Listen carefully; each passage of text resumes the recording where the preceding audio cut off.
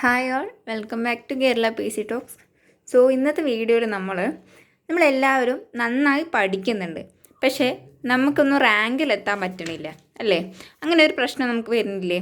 എല്ലാവരും നന്നായിരുന്നു പഠിക്കുന്നുണ്ട്, പക്ഷേ ലിസ്റ്റിലൊന്നും നമുക്ക് കയറാൻ പറ്റില്ല. അതെന്തുകൊണ്ടാണെന്നാണ് നമ്മുടെ ഇന്നത്തെ വീഡിയോയിൽ നമ്മൾ നോക്കാൻ പോകുന്നത്. ഓക്കെ, അപ്പോൾ വിഷു ഒക്കെ കഴിഞ്ഞു, നമ്മുടെ തിരക്കും കാര്യങ്ങളൊക്കെ കഴിഞ്ഞിട്ടുണ്ടാവുമെന്ന് വിചാരിക്കണം.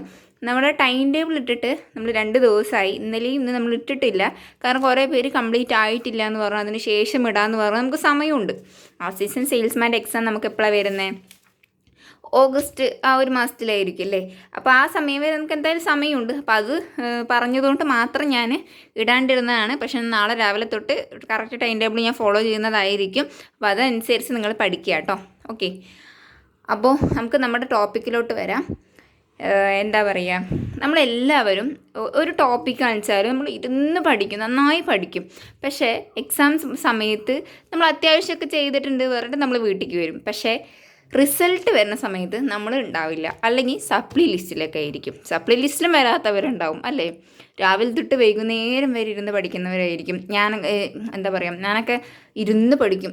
ആദ്യത്തെ എക്സാംസിനൊക്കെ ഇരുന്ന് പഠിക്കുമായിരുന്നു. പക്ഷേ ഈ റിസൾട്ട് വരുമ്പോൾ റിസൾട്ടിലുണ്ടാവില്ല. അതാണ് ഒരു സത്യം അതാണ്. പക്ഷേ അതിന് കുറേ കാരണങ്ങളുണ്ട്. നമ്മൾ പഠിക്കാതിരിക്കുമ്പോൾ നമുക്ക് ചിലപ്പോൾ ഉറക്കം വരും, അല്ലെങ്കിൽ മടി തോന്നും, ഇനിയിപ്പോൾ പഠിക്കേണ്ട, അല്ലെങ്കിൽ നാളെ പഠിക്കാം. അങ്ങനെയൊക്കെ നമ്മൾ വിചാരിച്ചിട്ട് നമ്മളിങ്ങനെ പെൻഡിങ് വെച്ച് അവസാനം ഒരു ആഴ്ച അല്ലെങ്കിൽ ഒരു മാസം ഉണ്ടല്ലോ ഇരുന്ന് പഠിക്കും. പക്ഷെ ഇത് എവിടുന്നാണ് പഠിക്കേണ്ടത്, എന്താ പഠിക്കേണ്ടതെന്ന് നമുക്കറിയില്ല അല്ലേ? അതെല്ലാവർക്കും ഉള്ളൊരു അവസ്ഥയാണ്. എല്ലാവരുടെയും കാര്യമില്ല, ഓൾമോസ്റ്റ് എല്ലാവർക്കും ഉണ്ടാവും. ഓക്കെ, അപ്പോൾ അത് എന്താണ്, നിങ്ങൾ ചെയ്യുന്ന രീതിയിൽ ഒരു തെറ്റുണ്ട്. കാരണം നമ്മൾ റിവിഷൻ നന്നായി ചെയ്യണില്ല. നമ്മൾ പഠിക്കുന്നുണ്ട്, പക്ഷേ നമ്മൾ റിവിഷൻ ചെയ്യുന്ന രീതി ശരിയല്ല. കുറേ പേര് ചോദിക്കും എപ്പോഴാണ് റിവിഷൻ ചെയ്യേണ്ടത്, അതാ ഡെയിലി ചെയ്യണോ, അല്ലെങ്കിൽ മാസത്തിൽ ചെയ്താൽ മതി, അല്ലെങ്കിൽ എക്സാം സമയത്ത് ചെയ്താൽ മതിയോ എന്ന് കുറേ പേര് ചോദിക്കും. അതിൻ്റെ ചെയ്യണ രീതി പല രീതിക്കാണ് പലരും ചെയ്യുന്നത്. അത് ഒന്ന് നമ്മൾ കറക്റ്റ് ചെയ്ത് വരേണ്ടതായിട്ടിരിക്കുന്നുണ്ട് അല്ലേ? അപ്പോൾ നമ്മളിപ്പോൾ ഇന്നൊരു ടോപ്പിക്ക് പഠിക്കേണ്ട രീതി, നമ്മൾ ക്വസ്റ്റ്യൻ മാത്രം ക്വസ്റ്റ്യൻ വായിച്ചിട്ട് ആൻസേഴ്സ് മാത്രം പഠിച്ചിട്ട് പോയാൽ പോരാ. പക്ഷേ അതിൻ്റെ വേറൊരു മെത്തേഡ് ഇപ്പോൾ ഞാൻ കാണിച്ചു തരാം. ഇത് ഞാനിപ്പോൾ ഭരണഘടനയിൽ ഇപ്പോൾ ഞാൻ ഈ പഠിച്ചുകൊണ്ടിരിക്കുന്ന ടോപ്പിക്കാണ് പൗരത്വം. കണ്ടോ, പൗരത്വം. ഈ പൗരത്വത്തിൽ എന്തൊക്കെ വരുന്നുണ്ട്? പൗരത്വം വരുന്നത് ഭാഗം 2 അല്ലേ? ഭാഗം 2 പൗരത്വം വരുന്നത്. കടമെടുത്തിരിക്കുന്നത് ബ്രിട്ടനിൽ നിന്നാണ്. ഇപ്പോൾ ഈ ഒരു ടോപ്പിക്കിന് ഈ 2 ചോദ്യങ്ങൾ പഠിച്ചു, ബ്രിട്ടനും ഭാഗം 2. ഓക്കെ, അപ്പോൾ നമ്മളിതൊക്കെ പഠിച്ചു കഴിഞ്ഞിട്ട് പിന്നെ ആർട്ടിക്കിൾ 5 മുതൽ 11 വരെയുണ്ട്. ഓക്കെ, 5 മുതൽ 11 വരെയുണ്ട്. അപ്പോൾ അതിൽ നിന്ന് പഠിക്കണ സമയത്ത് പഠിച്ചു കഴിഞ്ഞിട്ട് നമ്മൾ ചിന്തിക്കുക, നമ്മൾ എന്താ പഠിച്ചത്? പൗരത്വത്തെക്കുറിച്ച് പഠിച്ചു. എന്താണ് പൗരത്വം? അത് നമ്മൾ ആദ്യം പറയുക. അതായത് റിവിഷൻ ചെയ്യേണ്ട മെത്തേഡാണ് ഞാൻ പറയുന്നത്. നിങ്ങൾക്ക് മനസ്സിലാവുന്നുണ്ടോയെന്ന് എനിക്കറിയില്ല. അപ്പോൾ നമ്മൾ പൗരത്വം എന്നുള്ള ടോപ്പിക് എടുത്ത് പഠിക്കുകയാണെങ്കിൽ അതിൻ്റെ A to Z മാത്രം പഠിച്ചാൽ പോരാ. പക്ഷെ ആ പഠിച്ചത് നമുക്ക് റിവൈസ് ചെയ്യാൻ പറ്റണം. റിവിഷൻ ചെയ്യേണ്ട ഒരു രീതി മാത്രമാണ് കേട്ടോ ഇത്. അപ്പോൾ പൗരത്വം എന്താണെന്ന് പഠിച്ചു. ഓക്കെ, ആ പൗരത്വം കടമെടുത്തിരിക്കുന്നത് എവിടെ നിന്നാണ്? ബ്രിട്ടനിൽ നിന്നാണ് അല്ലേ? പിന്നെ ഏത് ഭാഗത്താണ് പൗരത്വം ഉൾപ്പെടുത്തിയിരിക്കുന്നത്? പ്രതിപാദിക്കുന്ന ഭാഗം ഏതാണ്? ഭാഗം 2 അല്ലേ? അപ്പോൾ ഇത്രയും ടോപ്പിക്ക് നമ്മളിപ്പോൾ തന്നെ പഠിച്ചു. ഇപ്പോൾ നിങ്ങൾ കേൾക്കണവർ, ചിലപ്പോൾ ആദ്യം കേൾക്കണവർ ഇത് പഠിച്ചിട്ടുണ്ടാവും അല്ലേ? ഈ ഒരു 3 ടോപ്പിക്ക് ഇപ്പോൾ നമ്മൾ പഠിച്ചില്ലേ? ഇനി എല്ലാം കഴിഞ്ഞ് അവസാനം അല്ലെങ്കിൽ ആർട്ടിക്കിൾ 5 തൊട്ടിട്ട് 11 വരെ ഏത് ഭാഗത്താണ് വേണ്ടിയിരുന്നത് വെച്ചാൽ നമുക്ക് പൗരത്വം കിട്ടണം. ചോദ്യം നമ്മൾ പഠിക്കണം, ഉത്തരം മാത്രം പഠിച്ചു പോയാൽ പോരാ. പക്ഷെ ആ ചോദ്യം എങ്ങനെയൊക്കെ വരും എന്ന് നമ്മൾ ആദ്യം നോക്കണം. അങ്ങനെ ചെയ്താലാണ് നമുക്ക് ആ ഒരു റിവിഷൻ്റെ മെത്തേഡ് നമ്മൾ ഫുള്ള് കംപ്ലീറ്റ് ആക്കാൻ പറ്റുള്ളൂ. നമുക്ക് ടോപ്പിക്കും ഫുള്ള് നമുക്ക് ഓർമ്മയിൽ നിൽക്കുള്ളൂ. ആൻസേഴ്സ് മാത്രം പഠിച്ചു പോയി കഴിഞ്ഞാൽ അത് വൺ വേർഡ് ആയിട്ട് നമുക്ക് തിരിച്ച് വരുന്ന സമയത്ത് നമുക്ക് എഴുതാൻ പറ്റില്ല. ചിലപ്പോൾ അതുപോലും എഴുതാൻ പറ്റില്ല. അപ്പോൾ ആൻസേഴ്സ് മാത്രം പഠിച്ചു പോകേണ്ട, ചോദ്യം അതായത് തിരിച്ചു മറിച്ചും നമുക്ക് എടുക്കാൻ പറ്റണം ഇതിൽ നിന്നിട്ട്. അപ്പോൾ ഞാൻ എക്സാമ്പിൾ മാത്രമാണ് ഇപ്പോൾ ഇത് കാണിച്ചത്. പിന്നെ ആർട്ടിക്കിളിൽ 5 തൊട്ട് 11 വരെയുണ്ടെന്ന് പറഞ്ഞു. അപ്പോൾ ഈ 5 തൊട്ട് 11 വരെയുള്ളത് ഇങ്ങനെ കാണാതെ പഠിച്ചിട്ട് കാര്യം ഉണ്ടാവില്ല. കാണാതെ പഠിച്ചാലും കുഴപ്പമൊന്നുമില്ല, അത് തിരിച്ച് പറയണം. ഇപ്പോൾ നമ്മൾ എന്തെങ്കിലും, ഇപ്പോൾ ആർട്ടിക്കിൾ 5 ഭരണഘടന നിലവിൽ വന്ന സമയത്തെ പൗരന്മാരാണ്. ഓക്കെ, അപ്പോൾ ഇത് തിരിച്ച് നമ്മൾ ചോദിക്കുകയാണെങ്കിൽ ഭരണഘടന നിലവിൽ വന്ന സമയത്തെ പൗരന്മാർ ഏത് ആർട്ടിക്കിളിലാണ് പെടുന്നത്? ആർട്ടിക്കിൾ 5 അല്ലേ? അപ്പോൾ ഇങ്ങനെ റിവിഷൻ ചെയ്യുന്ന സമയത്ത് ഇങ്ങനെ തിരിച്ച് റിവിഷൻ ചെയ്ത് കഴിഞ്ഞാൽ നമുക്ക് ഒന്നും കൂടി ആൻസർ എങ്ങനെ ചോദിച്ചാലും നമുക്ക് ആൻസർ കിട്ടും. ഇപ്പോൾ ഇത് സ്റ്റേറ്റ്മെൻറ്റ് ക്വസ്റ്റ്യൻസ് ആണെച്ചാലും നമുക്ക് ആൻസർ ചെയ്യാൻ പറ്റും അല്ലേ. ആർട്ടിക്കിൾ ആണെച്ചാലും ഏത് ഭാഗം ആണെച്ചാലും ഇപ്പോൾ ബ്രിട്ടൻ ആണെങ്കിൽ നമുക്ക് കുറേ കടമെടുത്തിട്ടുണ്ട് ബ്രിട്ടനിൽ നിന്ന്. അപ്പോൾ ആ ബ്രിട്ടൻ എന്ന് പറയുമ്പോൾ നമുക്ക് ആ ടോപ്പിക്സൊക്കെ നമുക്ക് ഓർമ്മ വരണം. അപ്പോൾ അങ്ങനെ വേണം നമ്മൾ പഠിക്കാൻ വേണ്ടിയിട്ട്. ഓക്കെ, അപ്പോൾ ഇതാണ് റിവിഷൻ ചെയ്യേണ്ട ഒരു ശരിയായ രീതി, എൻ്റെ ഒപ്പീനിയനാണ്. അപ്പോൾ ചെയ്യുമ്പോൾ ഇങ്ങനെ ചെയ്ത് നോക്കാം. ഇനി ഇതും കിട്ടില്ല എന്നുണ്ടെങ്കിൽ നിങ്ങൾ ഡെയിലി റിവിഷന് വേണ്ടി കുറച്ച് സമയം മാറ്റി വയ്ക്കാൻ നോക്കുക.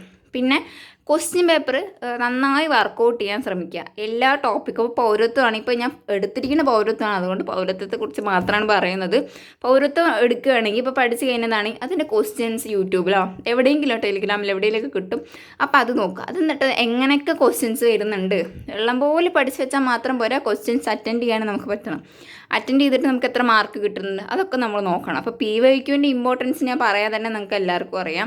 അപ്പോൾ ഓരോ ടോപ്പിക്കിൻ്റെ PYQ കിട്ടുന്ന രീതിക്ക് ആ ഒരു ടോപ്പിക്ക് കഴിയുമ്പോഴും ചോദ്യങ്ങൾ എങ്ങനെയാണ് പേസ് ചോദിക്കുന്നത്, ഇപ്പോൾ സ്റ്റേറ്റ്മെൻറ്റ് ക്വസ്റ്റ്യൻസ് ആൻസർ എങ്ങനെയൊക്കെ വരുന്നുണ്ട്, അതിൽ എന്തൊക്കെ നമ്മൾ തെറ്റിക്കുന്നുണ്ട്, ഇപ്പോൾ ചെയ്ത് നോക്കിയിട്ട് അതിൽ തെറ്റിക്കുന്ന ഓരോ ഭാഗവും വീണ്ടും നമ്മൾ ഇവിടെ വന്നിട്ട് പഠിക്കണം. ഇപ്പോൾ റാങ്ക് ഫയൽ മാത്രമല്ല യൂട്യൂബ് ക്ലാസ് ഉണ്ട്, അപ്പോൾ അത് നോക്കി പഠിക്കാം. എങ്ങനെയാണെന്ന് വെച്ചാൽ നോട്ട് എഴുതി സമയം കളയരുത് എന്നാണ് എൻ്റെ ഒരു അഭിപ്രായം. കാരണം കുറേ നോട്ട് എഴുതാനുണ്ടാവും. പറ്റുകയാണെങ്കിൽ ഷോർട്ട് നോട്ട്സൊക്കെ എഴുതാം കേട്ടോ. ഷോർട്ട് നോട്ടൊക്കെ എഴുതി വെച്ചിട്ട് നമുക്ക് മനസ്സിലാവുമല്ലോ. ഇപ്പോൾ ഭാഗം 2 മാത്രം എഴുതി വയ്ക്കുക. ആ ഭാഗം 2 എന്താണ്, പൗരത്വമാണ്. അല്ലെങ്കിൽ പൗരത്വം എന്ന് മാത്രം സിറ്റിസൺഷിപ്പ് മാത്രം എഴുതി വെച്ചിട്ട് അതിൻ്റെ താഴെ ഭാഗം 2 മറ്റേ ഏകപൗരത്വം ബ്രിട്ടന് 5 തൊട്ട് 11 വരെ. ഓക്കെ, അപ്പോൾ അങ്ങനെയൊക്കെ എഴുതി വയ്ക്കുക. അങ്ങനെ എഴുതി വയ്ക്കുമ്പോൾ ഷോർട്ട് നോട്ട് ആക്കുമ്പോൾ നമുക്ക് കാണുമ്പോൾ അത് മനസ്സിലാക്കാൻ പറ്റും. അതായത് വലിച്ച് വാരി എഴുതിയിട്ടുള്ള നോട്ട് എഴുതാണ്ടിരിക്കണമായിരിക്കും നല്ലത്. അല്ലെങ്കിൽ PDF ഉണ്ടെങ്കിൽ അത് നോക്കി പഠിക്കാം. ഓക്കെ, പിന്നെ എക്സാം സമയത്താണെങ്കിൽ തെറ്റുകയാണെങ്കിൽ അത് വീണ്ടും ഇരുന്ന് പഠിക്കാൻ ശ്രമിക്കുക. ഓക്കെ, അപ്പോൾ ഇതൊക്കെ നമ്മൾ ചെയ്താൽ തന്നെയാണ് നമുക്ക് ആ ഒരു റാങ്കിൻ്റെ ഉള്ളിൽ നമുക്ക് വരാൻ പറ്റുള്ളൂ. അപ്പോൾ റിവിഷൻ നന്നായി ചെയ്യാം. ഡെയിലി ചെയ്യാൻ പറ്റുന്നവരാണെങ്കിൽ ഡെയിലി ചെയ്യാം. അല്ല വീക്കിലി ചെയ്യാൻ പറ്റുന്നവരെ, ഇപ്പോൾ നമ്മൾ ടൈം ടേബിൾ ഇട്ട് വരുന്ന സമയത്ത് ശനി ഞായറും നമുക്ക് റിവിഷൻ ഡേ ആണ്. അപ്പോൾ ആ ഒരു ദിവസം നമ്മൾ ആ ഒരു ആഴ്ച പഠിച്ചത് ഫുള്ള് റിവിഷൻ ചെയ്തുകൊണ്ടിരിക്കണം. മാത്സ് ആണെച്ചാലും നമുക്ക് ചെയ്ത് പഠിക്കേണ്ട കുറേ കാര്യങ്ങളുണ്ട് മാത്സിൽ. അപ്പോൾ ഓരോ ദിവസവും മാത്സിന് വേണ്ടി സമയം മാറ്റി വയ്ക്കുക. ഇപ്പോൾ രാവിലെ 1 മണിക്കൂറാണെങ്കിൽ വൈകിട്ട് 1 മണിക്കൂർ, അങ്ങനെ മാത്സിന് വേണ്ടി മാത്രം മാറ്റി വയ്ക്കുക. വീക്കായിട്ടുള്ളവർ 1 മണിക്കൂർ എക്സ്ട്രാ കൂട്ടുക. അപ്പോൾ അങ്ങനെയൊക്കെ ചെയ്തിട്ട് നമുക്ക് മാർക്ക് കൂട്ടാൻ പറ്റും. ഓക്കെ, അപ്പോൾ നന്നായി പഠിച്ചിട്ടും മാർക്ക് മുന്നോട്ട് പോകുന്നില്ല അല്ലെങ്കിൽ ലിസ്റ്റിൽ വരുന്നില്ല എന്ന് പറഞ്ഞിട്ടുള്ള കുറേ പേരുണ്ട്. അവരൊന്നും വിഷമിക്കാണ്ടിരിക്കുക. എന്തായാലും നമ്മുടെ ഈ പഠിക്കുന്നതിൻ്റെ ഒരു റിസൾട്ട് എന്തെങ്കിലും ഒരു ദിവസം നമുക്ക് കിട്ടും. ഇതിൻ്റെ റിസൾട്ട് നമുക്ക് എന്തായാലും നമ്മുടെ കയ്യിൽ കിട്ടും. അപ്പോൾ അതിന് വേണ്ടി കാത്തിരുന്ന് നന്നായി പരിശ്രമിച്ച്, ഇപ്പോൾ 10th പ്രിലിംസിന് മെയിൻസൊക്കെ എക്സാം വരുന്നുണ്ട്. അതിൻ്റെ ഷുവർ ടോപ്പിക്സൊക്കെ ഞാൻ ഇട്ടിട്ടുണ്ട്. അപ്പോൾ അതൊക്കെ കവർ ചെയ്ത് പോയവരാണെങ്കിൽ അത് ഫുൾ ടൈം ഇരുന്ന് റിവിഷൻ ചെയ്യാം. ഇനി പുതിയൊരു ടോപ്പിക്ക് പഠിക്കാണ്ടിരിക്കുക കേട്ടോ. പുതിയൊരു ടോപ്പിക്ക് പഠിക്കാൻ ഇരുന്നിട്ട് നമുക്കത് തീരില്ല. അതുകൊണ്ട് പഠിക്കാതിരിക്കാൻ ശ്രമിക്കുക. റിവിഷൻ ചെയ്യുക. ഇട്ട ടോപ്പിക്സ് റിവിഷൻ ചെയ്യാൻ വേണ്ടിയിട്ടാണ്. അപ്പോൾ അതുപോലെ PYQ നന്നായി നോക്കുക. നിങ്ങൾക്ക് PYQ വേണമെന്നുണ്ടെങ്കിൽ നമ്മുടെ ഈ ചാനലിൽ തന്നെ പ്രീവിയസ് ക്വസ്റ്റ്യൻ പേപ്പർ ഓരോന്നും ഞാൻ ഡിസ്കഷൻ നടത്താം. വേണമെന്നുള്ളവർ കമൻറ്റ് ചെയ്താൽ മതി. ഓക്കെ, അപ്പോൾ അത് ചെയ്യാം. ടെലിഗ്രാം ചാനൽ ഇട്ട് തരുകയും ചെയ്യാം കേട്ടോ. ഓക്കെ, അപ്പോൾ അങ്ങനെയൊക്കെ ചെയ്യാം. അപ്പോൾ അതനുസരിച്ച് പഠിക്കുകയാണെങ്കിൽ ഒന്നും കൂടി നമ്മൾ മാർക്ക് ഇമ്പ്രൂവ് ആക്കാൻ പറ്റും. അപ്പോൾ PYQ നന്നായി നോക്കുക. റിവിഷൻ നന്നായി ചെയ്യാം. ഓരോ ടോപ്പിക്സും കൃത്യമായി പഠിച്ചതിൽ നിന്ന് എങ്ങനെയൊക്കെ ക്വസ്റ്റ്യൻസ് വരണം അതൊക്കെ അനുസരിച്ചിട്ട് നിങ്ങൾ നമ്മുടെ സ്റ്റഡി മുന്നോട്ട് കൊണ്ടുപോകുക കേട്ടോ. അപ്പോൾ ഓക്കെ, അപ്പോൾ ഇന്നത്തെ വീഡിയോ എത്രയേ ഉള്ളൂ. വീഡിയോ ഇഷ്ടപ്പെട്ട ലൈക്ക് ചെയ്യുക. താങ്ക്